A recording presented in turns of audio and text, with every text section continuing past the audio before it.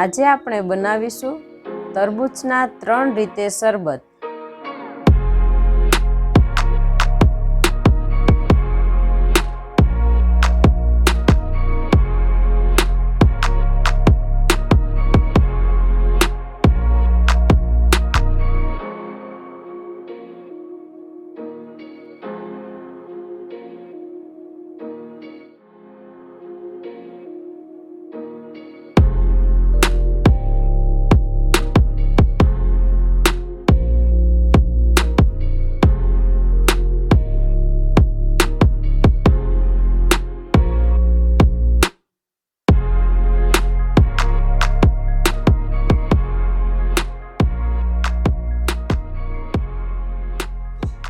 तो આપણે ફુદીના અને તરબૂચનું શરબત કરવા માટે મેં અહીંયા ફુદીનો લીધો છે અને આ તરબૂચના ટુકડા લીધા છે। આપણે જોઈએ એ પ્રમાણે તરબૂચના ટુકડા લઈશું 1 ગ્લાસમાં।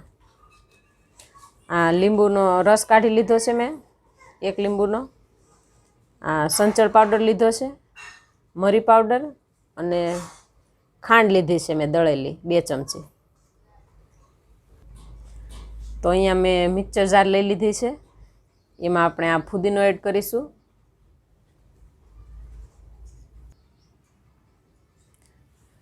આ 1 વાટકો તરબૂચના ટુકડા લીધા છે, આમાંથી બી મેં કાઢી લીધા છે।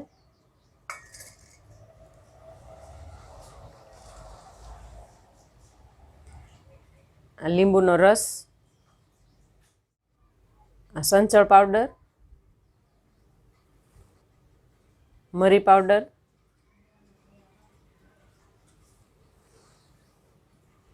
દળેલી ખાંડ,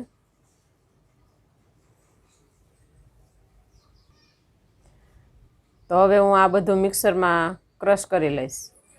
તો આ મેં ક્રશ કરી લીધું છે। તો ફુદીના અને તરબૂચનું શરબતને આપણે સર્વ કરીશું। તો આપણે બરફના ટુકડા એડ કરીશું, ઝીણા કાપેલા ફુદીનાના પાન અને ક્રશ કરેલો આપણો ફુદીના અને તરબૂચનો શરબત।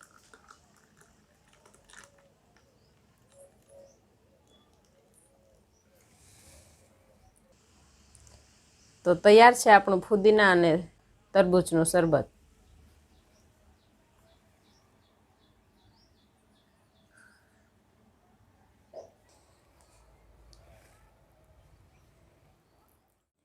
હવે આપણે રોઝ સિરપ અને તરબૂચનું શરબત બનાવીશું।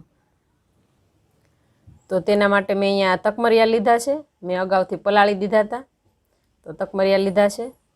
આ રોઝ સિરપ લીધું છે, આ સંચળ પાવડર, આ 1 લીંબુનો રસ લીધો છે અને અહીંયા તરબૂચના ટુકડા લીધા છે। તો અહીંયા મેં મોટા ટુકડા તરબૂચના લીધા છે, એને ક્રશ કરી લઈશ। અહીંયા તરબૂચના ટુકડાને મેં ક્રશ કરી લીધા છે। તો હવે સર્વ કરીશું। તો બરફના ટુકડા એડ કરીશું, તરબૂચના ટુકડા,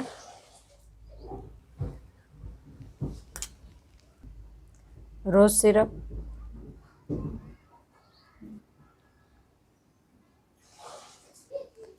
લીંબુનો રસ,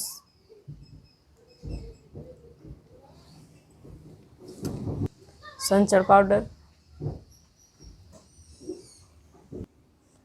તકમરિયા,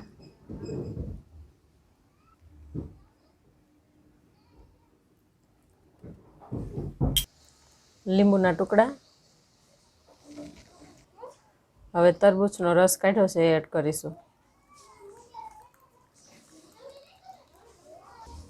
મિક્સ કરી લઈશું।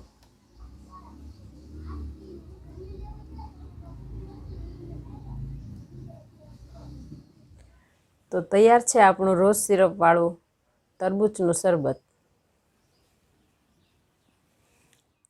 હવે આપણે દૂધ નાખીને તરબૂચનું શરબત બનાવીશું। તો તેના માટે મેં અહીંયા તકમરિયા લઈ લીધા છે પલાળેલા, આ દળેલી ખાંડ લીધી છે 2 ચમચી, આ ઝીણા તરબૂચના ટુકડા કરી લીધા છે, અહીંયા મેં તરબૂચના મોટા ટુકડા લીધા છે, એ આપણે જરૂર પડે એ પ્રમાણે આપણે એનો રસ કાઢીને નાખીશું, અને 1 ગ્લાસ દૂધ લીધું છે।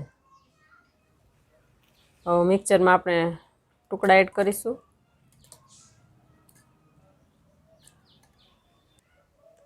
દળેલી ખાંડ એડ કરીશું. હવે આપણે આમાં દૂધ એડ કરીશું.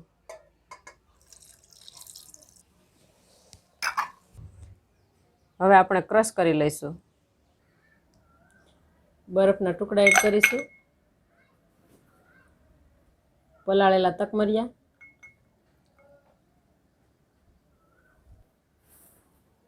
તરબૂચના ઝીણા સમારેલા ટુકડા,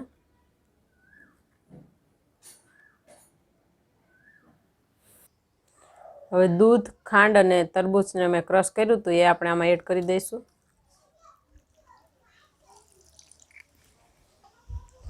તો તૈયાર છે આપણો આ શરબત.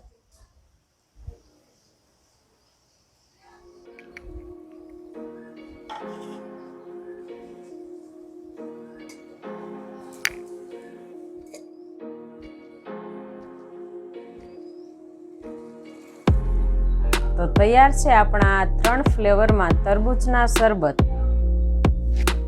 જો તમને અમારી રેસીપી પસંદ આવી હોય તો અમારા વિડીયોને લાઈક કરો, શેર કરો અને અમારી ચેનલને સબસ્ક્રાઈબ કરવાનું નહીં ભૂલતા. અને હા, તમને અમારી રેસીપી કેવી લાગી એ કમેન્ટ કરીને જરૂરથી જણાવજો.